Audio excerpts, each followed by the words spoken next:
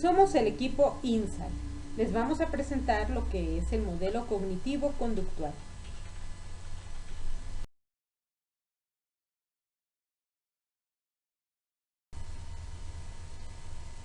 Introducción. El modelo cognitivo-conductual estudia el comportamiento. Para estudiarla se consideran tres aspectos que son la conducta, el pensamiento o cognición y las emociones.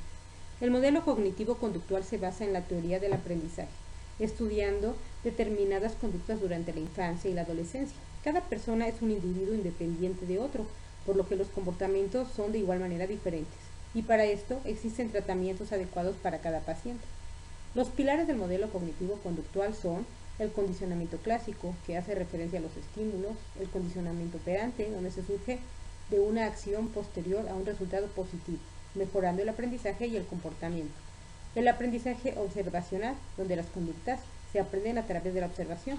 Algunos ejemplos de técnicas en el modelo cognitivo-conductual son la técnica de reestructuración cognitiva, la técnica de exposición y la técnica de entrenamiento en resolución de problemas. Estas técnicas son de tercera generación que se centran en una evolución personal del paciente teniendo en cuenta todos los aspectos de su conducta, de su vida y de su entorno.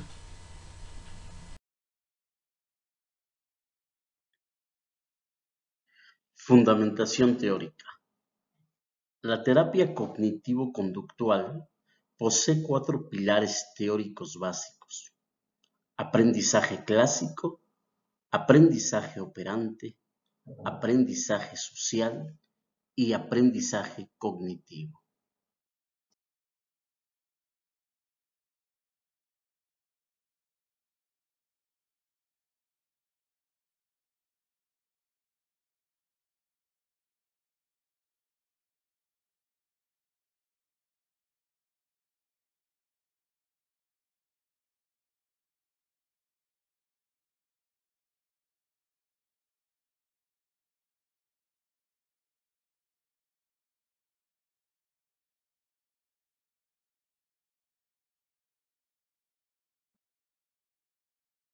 Aprendizaje clásico. Surge a finales del siglo pasado a partir de las investigaciones del fisiólogo Iván Pavlov a través del procedimiento básico de aprendizaje, esto es, el condicionamiento clásico, que implica un proceso mediante el cual los organismos aprenden relaciones predictivas entre estímulos del ambiente. A partir de este modelo, Watson funda las bases del conductismo.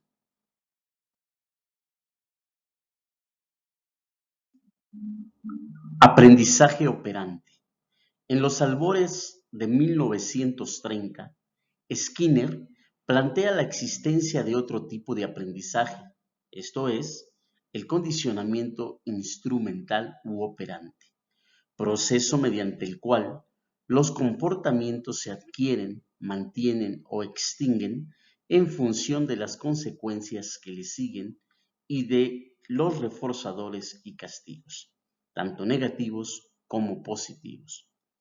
Estas dos perspectivas, es decir, el condicionamiento clásico y el condicionamiento instrumental, configuran la teoría del aprendizaje, la cual ha contribuido a determinar los fundamentos del modelo cognitivo-conductual.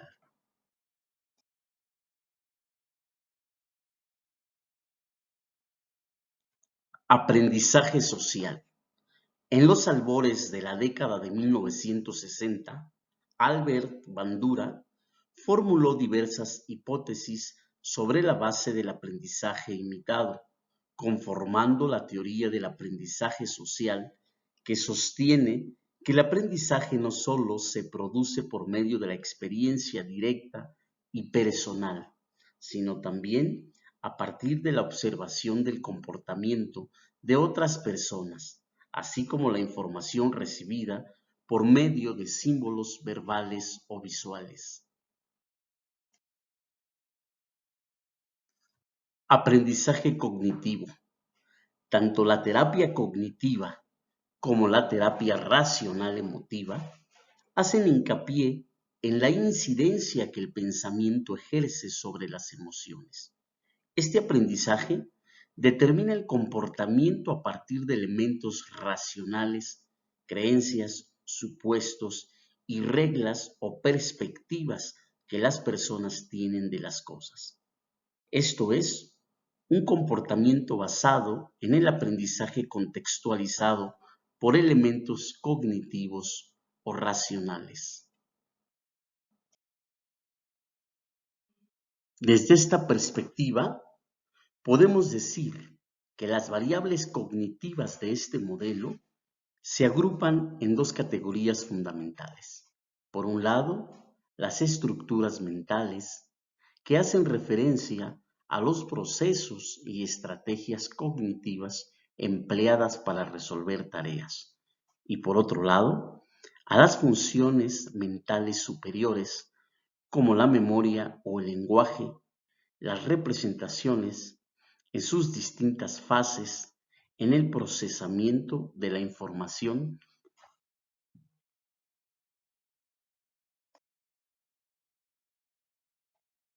En suma, los presupuestos teóricos del modelo que nos ocupa pueden señalarse de la siguiente forma. 1. El sujeto es un agente activo, procesador de información del medio externo e interno. 2. La conducta es explicada con base a una serie de procesos y estructuras mentales internas. 3. El aprendizaje determina el comportamiento con base en elementos cognitivos, racionales y biológicos.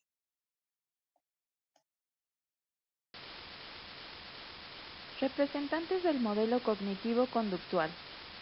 Los fundamentos teóricos conductuales que sirvieron de base para el desarrollo de las técnicas cognitivo-conductual fueron la reflexología y las leyes del condicionamiento clásico, el conexionismo de Thorndike, el conductismo de Watson y los posteriores desarrollos neoconductistas, la contribución de Skinner y el análisis experimental de la conducta. La reflexología rusa y las leyes del condicionamiento clásico. Los trabajos de los fisiólogos rusos de comienzos del siglo supusieron una contribución esencial para el desarrollo del conductismo y de la terapia de la conducta. Estos fisiólogos aplicaron la metodología objetiva de su disciplina al estudio de cuestiones psicológicas, estableciendo interpretaciones estrictamente mecanicistas tanto de los procesos subjetivos como de la conducta manifiesta. Iván Mikhailovich Sechenov fue un fisiólogo ruso que nació el 13 de agosto de 1829 en Sechenovo, Rusia. Su interés inicial por combinar neurofisiología y psicología surgió a partir de los resultados de su trabajo sobre los reflejos. Este autor señaló que toda la actividad psíquica está determinada por los mecanismos reflejos y la estimulación ambiental. Para Sechenov, los reflejos suponían el punto de unión entre neurofisiología y psicología. Así, la conducta voluntaria o involuntaria puede explicarse mediante reflejos, produciéndose estos en respuesta a una estimulación ambiental concreta, incluyendo pensamientos, imágenes o recuerdos. Según Sechenov, los reflejos complejos característicos del ser humano se desarrollaban por medio del aprendizaje. Iván Petrovich Pavlov, fisiólogo ruso, alumno de Bechterev, tras terminar el doctorado en 1833, amplió sus estudios en Alemania, donde se especializó en fisiología intestinal y en el funcionamiento del sistema circulatorio. En la siguiente década, su trabajo estuvo centrado en la investigación del aparato digestivo y el estudio de las secreciones gástricas. Entre sus principales aportaciones a la psicología se encuentra la formulación de la ley de reflejo condicional, que por un error en la traducción de su obra al inglés fue llamada ley de reflejo condicionado. Su influencia en los autores conductistas posteriores, como Watson, fue determinante para la aparición de la terapia de conducta. El principal interés de Pavlov al estudiar los reflejos era comprender la actividad cerebral y así la conducta. Esto le llevó a investigar de forma específica los procesos de los reflejos condicionados, como la extinción, generalización, recuperación espontánea, la inhibición, el bloqueo o la discriminación.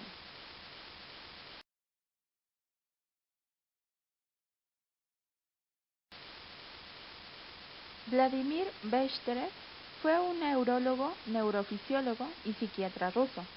Tomó de Sechenov los métodos de la fisiología para el estudio de los reflejos, pero se ocupó de respuestas glandulares. Trabajó con respuestas motoras y estímulos aversivos y dio a la reflexología una interpretación más psicológica y funcional. En sus investigaciones halló también los reflejos condicionados de Pavlov, denominándolos reflejos asociativos, e investigó los procesos asociados a su desarrollo. Edward Lee Thorndike fue un psicólogo y pedagogo estadounidense, considerado un antecesor de la psicología conductista estadounidense. Sus principales aportaciones fueron el aprendizaje por ensayo-error y la ley del efecto. Sus estudios sobre la conducta animal le permitieron desarrollar la teoría del conexionismo. Thorndike empleó métodos objetivos y rechazó como objeto de estudio de la psicología los procesos mentales y la conciencia, y sus investigaciones estuvieron centradas en la adquisición de respuestas inexistentes en el repertorio del organismo. Para él, el reflejo estímulo-respuesta era simplemente la correlación entre una respuesta específica con los inmediatos y consiguientes refuerzos o castigos. La investigación de laboratorio sobre psicología animal llevó a Thorndike a estudiar las conexiones en función de las consecuencias, formulando a partir de estos estudios sus leyes básicas del aprendizaje, que son la ley del efecto, que explica cómo se adquiere la respuesta, y la ley de la práctica, que explicaría la eficacia del aprendizaje. Su principio más influyente, la ley del efecto, establecía que las respuestas seguidas de satisfacción quedaban firmemente asociadas a la situación, de tal forma que se incrementaba su probabilidad de ocurrencia en la misma situación. De forma inversa, si la situación era seguida del disconfort, la conexión con la situación se debilitaba, siendo la ocurrencia de la respuesta conductual menos probable si la situación se repetía.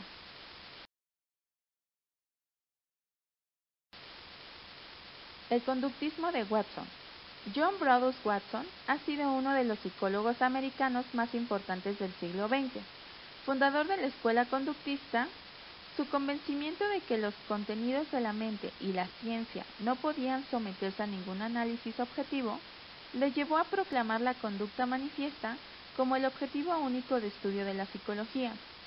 Sus postulados se dan a conocer con la publicación en 1913 de su emblemático manifiesto, La psicología tal como la ve el conductista.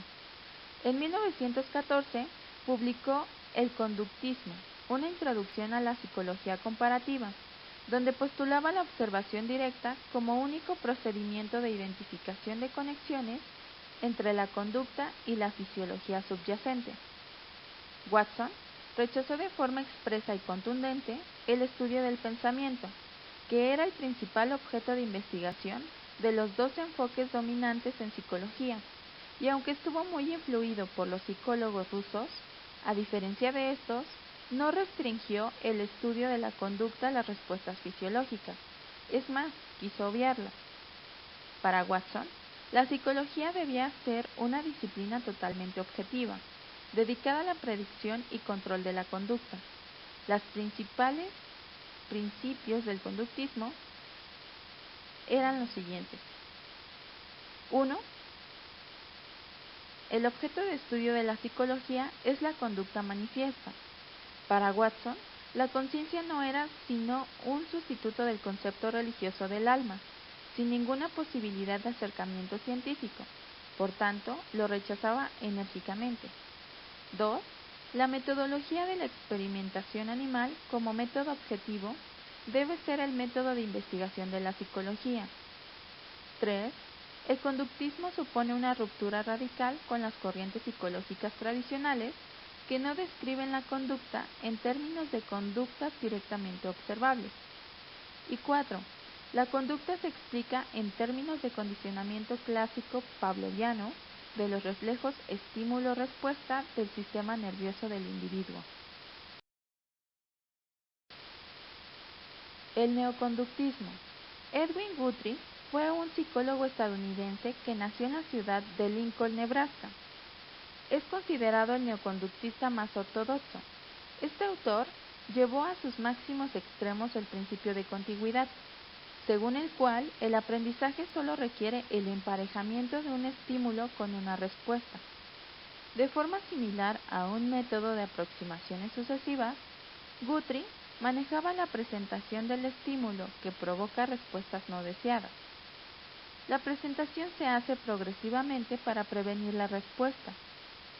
Poco a poco, posteriormente, se irá aumentando la intensidad hasta poder presentarlo con toda su fuerza sin provocar respuesta.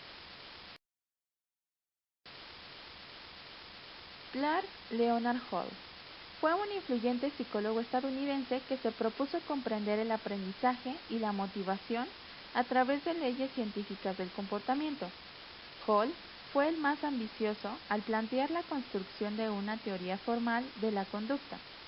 Este autor creyó haber identificado la ley fundamental del aprendizaje o de formación de hábito, considerando que esta ley no solo subyacía a toda conducta animal y humana, sino que también era un principio básico en todas las ciencias. Hall intentó ir más allá de la restringida relación estímulo-respuesta, introduciendo las variables intervinientes entre el estímulo y la respuesta. Las principales variables intervinientes consideradas por Hall fueron la fuerza del hábito y el impulso, que es el estado de activación del organismo, cuya reducción da lugar al reforzamiento. Según Hall, el hábito se establece por la relación entre una respuesta y una reducción de un impulso, que opera como reforzamiento. La relevancia de la contribución de Hall para las técnicas conductuales tiene que ver con su objetivo de construir una teoría hipotético-deductiva de la conducta, pero sobre todo con su esfuerzo por integrar la ley del efecto de Thorndike en el paradigma del condicionamiento de Pavlov.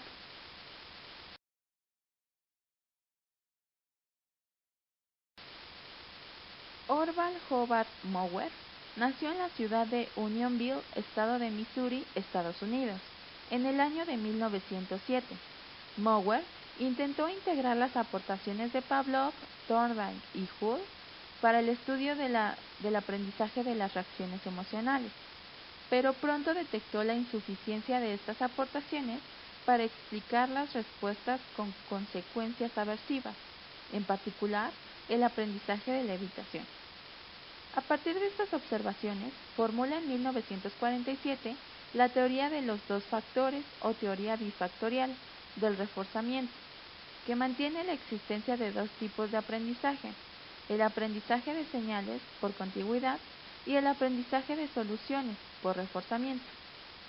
La importancia de la teoría bifactorial de Mower para las técnicas conductuales reside en poder explicar las conductas de evitación que se producen en diversos trastornos y, por tanto, posibilitar su tratamiento siguiendo los principios de aprendizaje.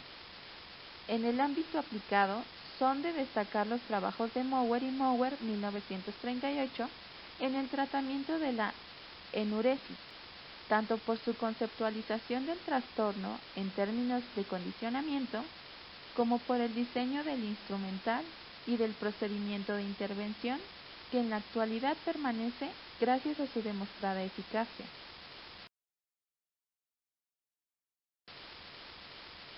Skinner y el condicionamiento operante. Burrus Frederick Skinner fue un psicólogo, filósofo social, inventor y autor estadounidense que nació el 20 de marzo de 1904 en Susquehanna Depot, Pensilvania, Estados Unidos. Al igual que Watson, Skinner estaba comprometido con el conductismo, Rechazaba la psicología tradicional y todos sus conceptos, tachados de mentalistas, y colocaba a la conducta en el lugar central de estudio.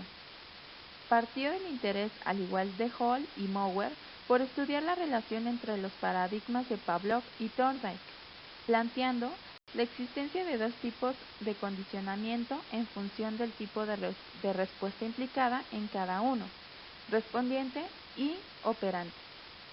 En este marco, el trabajo de Skinner estableció los principios básicos de condicionamiento operante: refuerzo, castigo, extinción, control estimular y entrenamiento en discriminación, y las variables que contribuyen a la conducta operante. Entre ellos, el concepto de refuerzo resulta central. La influencia de los planteamientos skinnerianos sobre el aprendizaje y su conceptualización de las relaciones estímulo, respuesta, consecuencia, mediante el análisis experimental de la conducta, ha sido enorme. En los años 50, la manipulación sistemática de las consecuencias de la conducta permitió el tratamiento de problemas clínicos para los cuales ningún otro tratamiento había sido eficaz. Actualmente, los procedimientos operantes son un elemento común en las intervenciones en técnicas cognitivo-conductual y primordiales en determinados ámbitos como el educativo y la educación especial. Técnicas e instrumentos del modelo cognitivo-conductual. Se llevó a cabo la detección y el cuestionamiento del pensamiento, distorsiones y creencias que son los autorregistros y el descubrimiento guiado. Se utilizan para seguir entre sesiones el cuestionamiento de las cogniciones que surgen ante acontecimientos activadores, buscando evidencia que permite confirmarlos o refutarlos. Técnicas de la flecha ascendente. Esta técnica se basa en la modificación de los esquemas del paciente a través de métodos, identificando los propios patrones de pensamiento y su influencia sobre la vida del paciente, y generando junto al paciente alternativas cognitivas más adaptativas y funcionales. Se basa en una serie de preguntas, explorando el porqué de cada respuesta. Se utiliza en el marco de la reestructuración cognitiva, usado para modificar patrones del pensamiento. Su objetivo es que el paciente se desprenda de creencias irracionales y limitantes para adoptar otras más adaptativas. Estas modificaciones tienen el poder de hacer que aparezcan nuevos hábitos y desaparezcan esas rutinas que son poco útiles o generadoras de malestares. Se pretende que la persona se involucre en el contexto, iniciativas, tareas con potencial terapéutico.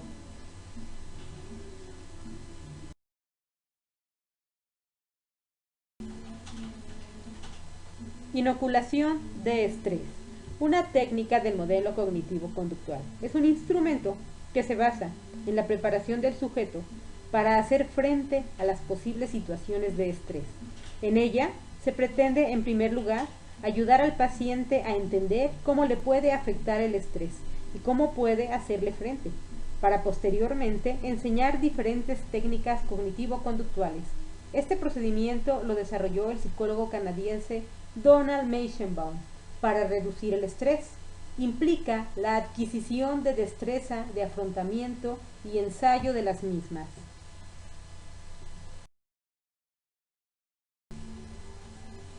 Entrenamiento en autoinstrucciones. Técnica mediante la cual el sujeto se da a sí mismo un conjunto de órdenes o instrucciones para el automanejo de su propia conducta durante su actuación.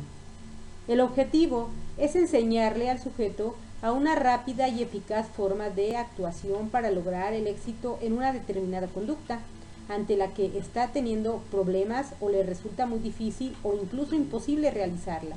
En esta técnica permite la modificación o sustitución de las autoverbalizaciones internas que el sujeto utiliza antes, durante y después de enfrentarse a una situación aversiva, por otras verbalizaciones más adaptativas, por Meichenbaum y Goodman.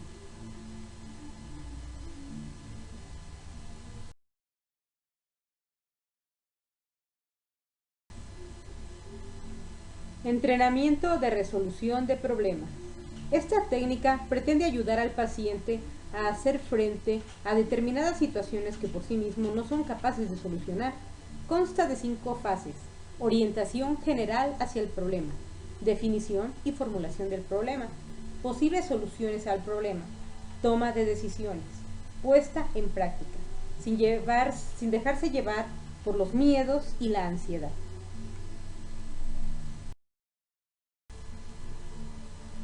Técnicas operantes para la modificación de conductas. Esta técnica trata de promover una modificación de conducta a través de la estimulación. Puede actuar con motivadores o incentivos que estimulen al sujeto a realizar determinado fin. Estos motivadores pueden ser verbales, sociales o consumibles. Inicialmente el reforzamiento será frecuente y el nivel de exigencia será bajo. Permite tanto motivar y contribuir a aprender nuevas conductas, como reducirlas o modificarlas mediante la aplicación de refuerzos o castigos. Dentro de las técnicas operantes podemos encontrar el moldeamiento y el encadenamiento para potenciar conductas adaptativas, el reforzamiento diferencial para reducir conductas o cambiarlas por otras, y la saciación, el tiempo fuera o la sobrecorrección como manera de modificar o extinguir las conductas.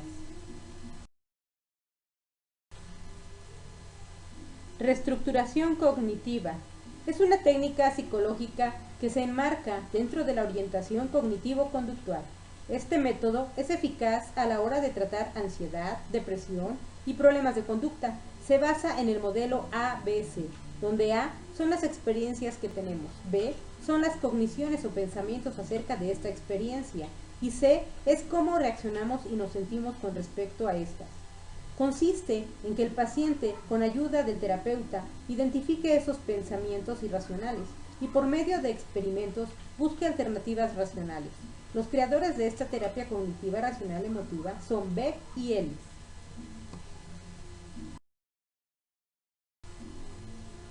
Entrenamiento en habilidades sociales. El entrenamiento en habilidades sociales tiene como objetivo mejorar la calidad de las relaciones interpersonales, para reducir el malestar en las relaciones con los demás y obtener todos los beneficios de la sociabilidad. Se trata de aprender estrategias de conducta que permitan establecer relaciones sociales de manera efectiva. Entre los procedimientos de adquisición y mantenimiento de habilidades sociales se encuentra el role-playing, el reforzamiento positivo, el aprendizaje vicario, la retroalimentación personal, el desarrollo de expectativas de autoeficacia.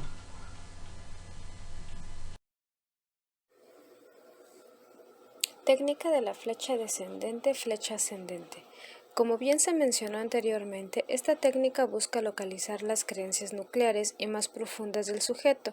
Su base es simple aparentemente, pues se busca a través de los pensamientos del paciente ir preguntando por el significado de estos. La respuesta marcará la siguiente pregunta, que puede repetirse o formularse de otra manera, de tal forma que este proceso continúa hasta que la persona se queda sin respuestas. En este punto sabremos que hemos llegado a la raíz del problema, la verdadera razón de las creencias limitantes o pensamientos autocríticos que tiene la persona.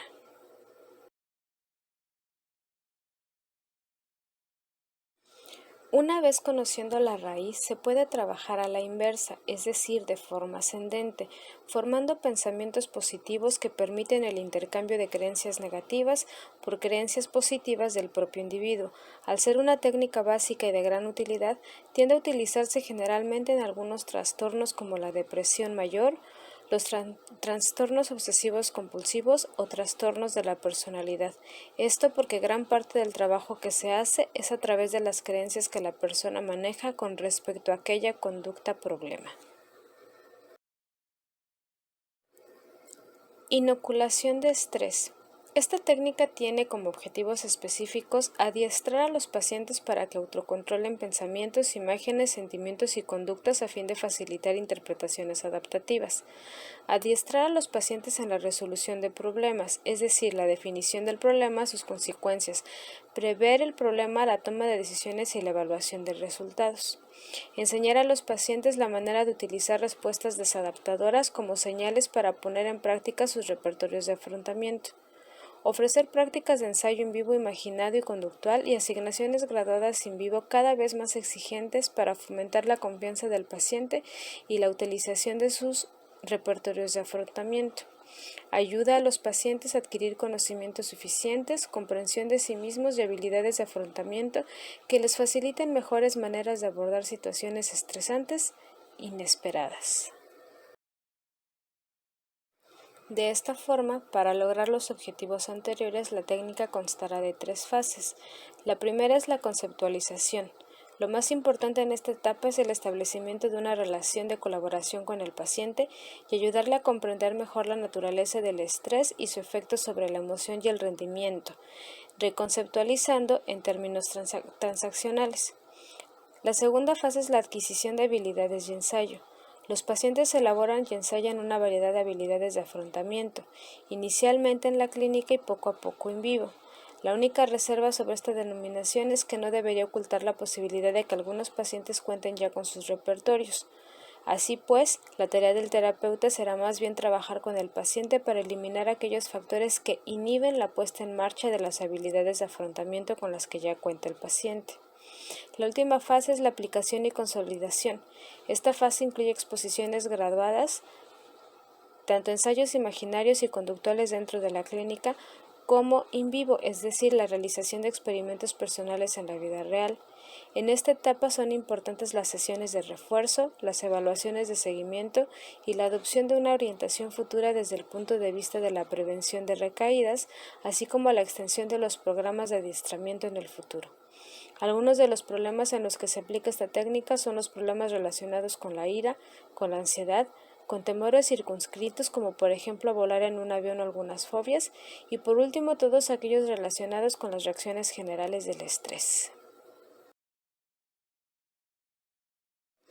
Entrenamiento en autoinstrucciones. En esta técnica las autoinstrucciones son consideradas estrategias metacognitivas, cuyo objetivo es favorecer la autorregulación de la conducta, así como la creencia y confianza en la propia capacidad. Su objetivo es enseñar a pensar. Requiere el uso combinado de diversas técnicas cognitivas y conductuales, y sus fases son: primero, el modelado cognitivo, en el que el terapeuta lleva a cabo la tarea mientras da en voz alta las instrucciones. Después viene la guía externa en voz alta, en donde el paciente repite la acción modelada a través de las instrucciones que recibirá por parte del terapeuta. Posteriormente vienen las autoinstrucciones en voz alta, en el que el paciente guía ahora a través de autoinstrucciones en voz alta de cada paso para ejecutar la tarea. Después, la cuarta fase son las autoinstrucciones enmascaradas. El paciente vuelve a repetir la tarea, pero ahora las instrucciones las da en voz baja. Y por último, autoinstrucciones encubiertas. El paciente realiza la tarea, pero ahora con los pasos repetidos mentalmente. Inicialmente se utilizó esta técnica como procedimiento para incrementar habilidades de autocontrol y atención en niños hiperactivos, pero ahora es frecuentemente utilizado en problemas que requieren aprendizaje de habilidades o nuevas estrategias de resolución de problemas, aunque también puede adaptarse en función de los requerimientos de la tarea y características personales del paciente. Entrenamiento de resolución de problemas. Las fases de este entrenamiento consisten en 1. Orientación general hacia el problema. Se desarrolla una actitud positiva hacia el problema y la capacidad de sí mismo para afrontar y resolverla. 2. Definición y formulación del problema. Se recopila información relevante del problema a partir de los hechos para asegurar que se cuente con la mejor imagen del problema. Una opción para usar aquí sería el role-playing. 3. Posibles soluciones al problema. Se ponen en marcha estrategias que lleven a generar numerosas soluciones al problema. 4. Toma de decisiones. Se valoran las diferentes alternativas y se han de elegir de 3 a 4 en términos de ventajas y desventajas. Posteriormente se puntúan y se toma la mejor decisión. Última etapa es la puesta en práctica. En este punto se planifica la puesta en marcha de la solución, estableciendo los pasos y recursos necesarios para cada uno de ellos. Una vez diseñado el plan, se lleva a cabo cada uno de los pasos, valorando al mismo tiempo los resultados. Esta técnica es útil para abordar cualquier tipo de problemas, sean interpersonales, personales, intrapersonales, sociales o comunitarios. Ha servido mucho para la atención de pacientes esquizofrénicos con depresión, fobia social, trastorno de ansiedad generalizada, problemas de ira, problemas de estrés y prevención del VIH, entre otros.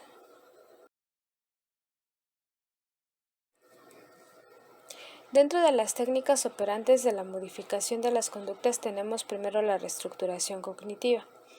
Esta puede llevarse a cabo a través de las siguientes técnicas. Sin embargo, para cualquiera de ellas será importante primero detectar la distorsión cognitiva. La distorsión cognitiva son los pensamientos negativos irracionales que tiene la persona. Algunos ejemplos de estas distorsiones son la personalización, en el que la persona relaciona sin base suficiente los hechos del entorno con ella misma. Tiende a decir siempre soy responsable de la felicidad del otro o lo que hicieron o hizo la otra persona lo hizo para molestarme. Es decir, las cosas que suceden siempre se siente responsable porque sucedieron o bien considera que las cosas que suceden siempre van dirigidas en contra de ella. La segunda distorsión son los debería. Son reglas que indican cómo se supone deberían ser las personas o cosas que rodean a la persona. Ocasionan un comportamiento excesivamente rígido. Posteriormente tenemos el pensamiento polarizado. La persona evalúa los acontecimientos de una forma externa sin tener en cuenta los aspectos intermedios. Solo existen dos polos, bueno o malo, blanco o negro, etc. Etiquetaje. La persona se pone una etiqueta a ella misma, a los acontecimientos o a los demás. Reduce a un solo elemento al acontecimiento, a las personas o a sí misma, es decir, tiene una visión estereotipada e inflexible de las cosas. Después tenemos la generalización. La persona concluye una consecuencia y respuesta de manera general para todas las situaciones. Se vuelve habitual que la persona considere que algo malo ocurrirá de nuevo solo por el hecho de que una vez ocurrió. Generalmente utiliza palabras dentro de sus conclusiones como todo, nadie, nunca, siempre, todos o ninguno. Otra distorsión es la visión catastrófica. En esta se da una anticipación negativa del futuro sin una razón racional que lo justifique. La persona se imagina el peor escenario posible ante cualquier evento o circunstancia. Otra distorsión es la falacia de cambio. En esta, el bienestar de uno mismo depende del cambio de los demás o de las circunstancias que rodean a la persona. Después tenemos la inferencia arbitraria. En esta, lleva al sujeto a una conclusión determinada sin que haya datos objetivos que apoyen dicha conclusión. Concluye de acuerdo con sus expectativas, sus creencias o sus experiencias previas. Después tenemos el razonamiento emocional. La persona tiene la creencia de que todo aquello que siente es cierto siempre. Las emociones se toman como un hecho objetivo y no como resultado de la interpretación por lo ocurrido. Es decir, si me siento tonto, soy tonto. Si me siento mal es porque algo malo ocurrió. Y por último tenemos la abstracción selectiva. En esta se filtran o se seleccionan únicamente aquellos aspectos negativos de la situación y se ven como la única posibilidad, aunque sea visible algún aspecto positivo. La persona jamás será capaz de verlos. Está muy presente la emocionalidad patológica. Algunas frases que se pueden ocupar es: en mi trabajo no hay más que incompetentes.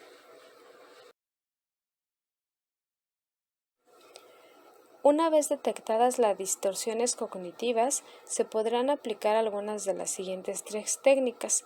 La primera es el diálogo socrático, a través del cual se busca el cuestionarse todo para explorar ideas más complejas. Se cuestiona el sistema completo de creencias del paciente. Se cuestiona directamente lo realista de sus patrones de pensamientos o preocupaciones. Entre algunas de las preguntas podemos encontrar: ¿es realista mi forma de pensar? ¿Mis pensamientos se basan en hechos o en sentimientos? ¿Qué evidencias tengo que apoyen esta idea? La segunda técnica para la parte de la reestructuración cognitiva se llama ¿qué pasaría si? Consiste en plantearle al paciente esa misma pregunta o preguntarle qué cree que es lo peor que podría pasar en una determinada situación. La idea es que, incluso en el peor de los escenarios, hay cosas que son asumibles y que lo más seguro es que no sean cosas de vida o muerte. Y por último tenemos enjuiciar los pensamientos. En esta técnica, lo que hace el paciente es actuar como un abogado defensor, fiscal y juez al mismo tiempo, defendiendo, atacando y juzgando sus propias distorsiones. Primero hará de abogado defensor, tratando de aportar pruebas objetivas de su pensamiento, nunca opiniones o interpretaciones. Luego hará de fiscal, atacándolas también con evidencias. Finalmente hará de juez y valorará si ha llegado el momento de deshacerse de esa forma de pensar. Se somete al paciente por un riguroso proceso de crítica de su forma de pensar, pero desde diferentes visiones. La reestructuración cognitiva es una de las técnicas más habituales en consulta, aunque su aplicación no es nada fácil. Es necesario un buen conocimiento del trastorno a tratar y se necesita agilidad mental y creatividad para mantener una interacción fluida y satisfactoria con el paciente. Entrenamiento en habilidades sociales. Dentro de este método, dentro de esta técnica, tendremos 4 específicas. La primera es el role-playing. El role-playing es una técnica que busca facilitar la empatía y consta de 4 fases. Primero, la motivación, en donde se busca crear un ambiente de confianza y participación con el paciente o los pacientes. Podría realizarse esto en una terapia en grupo. Después se prepara la dramatización, en donde se aportan los datos necesarios para la representación. Se indica cuál es el conflicto, los personajes que intervienen y qué situación concreta es la que se va a representar. Después viene la dramatización, en la que tanto el terapeuta como el cliente asumen el rol que les corresponde lo más apegado a la realidad posible. Es importante considerar que el diálogo ha de darse a través de la improvisación. Y por último viene el debate, en donde se analizan y valoran los elementos que se dieron en la situación representada, como son, cuál era el problema, los sentimientos que se presentaron, las actitudes que se tomaron y las soluciones que se propusieron. Esto ayuda para tener herramientas para enfrentar la situación problema en la vida real y contar con las habilidades necesarias de afrontamiento a la misma. Esta técnica es utilizada en procesos terapéuticos, psicoterapéuticos, así como en terapia pareja y terapia familiar.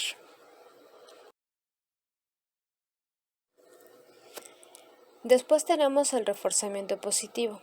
El reforzamiento positivo consiste en resaltar y alabar los aspectos positivos de la actuación del aprendiz o del paciente, siendo esta la mejor forma para que la conducta se repita en el futuro. Los refuerzos deben ser valiosos y deseados por la persona, pudiendo ser de 2 tipos, el material o el social. Una vez se han administrado los refuerzos de manera continuada, se pasa al refuerzo intermitente de la conducta. La meta de esta técnica es fortalecer la conducta y mantenerla a largo plazo. Después viene el aprendizaje vicario. Se centra en los conceptos de refuerzo y observación. Sostiene que los humanos adquieren destrezas y conductas de modo operante e instrumental y que entre la observación y la imitación intervienen factores cognitivos que ayudan al sujeto a decidir si lo observado se imita o no. Bandura sostiene que el aprendizaje se da por 4 procesos. Primero está el proceso de atención, en el que se atiende a los rasgos significativos de la conducta modelo. La cantidad de experiencias y el tipo de éstas se regulan por las características de los observadores, los rasgos de las actividades que sirven como modelo y la organización estructural de las interacciones humanas. Posteriormente viene el proceso de retención, en el que se da la retención de las actividades que han servido de modelos, y se basa en 2 tipos de sistemas de representación, la que se da mediante imágenes y la verbal. Posteriormente viene el proceso de repetición motora. En esta, la conversión de las representaciones simbólicas, es decir, las imágenes y las palabras, se convierten en acciones propiamente dicho. Se logra cuando la persona organiza espacial y temporalmente las propias respuestas de acuerdo con las pautas que sirvieron de modelo. Y por último está el proceso motivacional. Las personas realizarán con mayor frecuencia las conductas que tengan un valor importante y no reproducirán las que consideren que son poco gratificantes e importantes. Con esta técnica se trabajan los mecanismos motivacionales y autorreguladores del comportamiento humano. Retroalimentación personal. Se fundamenta en el suministro de información a la persona sobre cómo ha ejecutado las conductas objetivo, siendo esto lo más específica y concreta posible. Es un requisito indispensable tanto el reforzar aquello que la persona haya realizado correctamente, como comunicar en qué cosas debe mejorar, orientado acerca de cómo puede mejorar. Para una mayor integración de la información, es fundamental que la retroalimentación sea inmediata o incluso simultánea a la actuación de la persona. Por último, tenemos el desarrollo de expectativas de autoeficacia. Bandura se refiere a la autoeficacia como el sentimiento de adecuación, eficiencia y competencia que tienen las personas en su afrontamiento de los retos y amenazas que inevitablemente se presentan en la vida de cualquier persona. Defiende que la autoeficacia es un constructo principal para realizar una conducta, ya que la relación entre el conocimiento y la acción estarán significativamente mediados por el pensamiento de autoeficacia. Las creencias de autoeficacia, es decir, los pensamientos que tiene una persona sobre su capacidad y autorregulación para poner en marcha dicha conducta, será decisiva. Las creencias de autoeficacia se forman a partir de la información aportada por un total de 4 fuentes. Primero, los logros de ejecución, que son las experiencias pasadas en el que se brinda información de autoeficacia, la cual es la más importante ya que se basan en la comprobación del dominio real, es decir, todo aquello que la persona ya ha logrado. Después viene la experiencia vicaria o observación.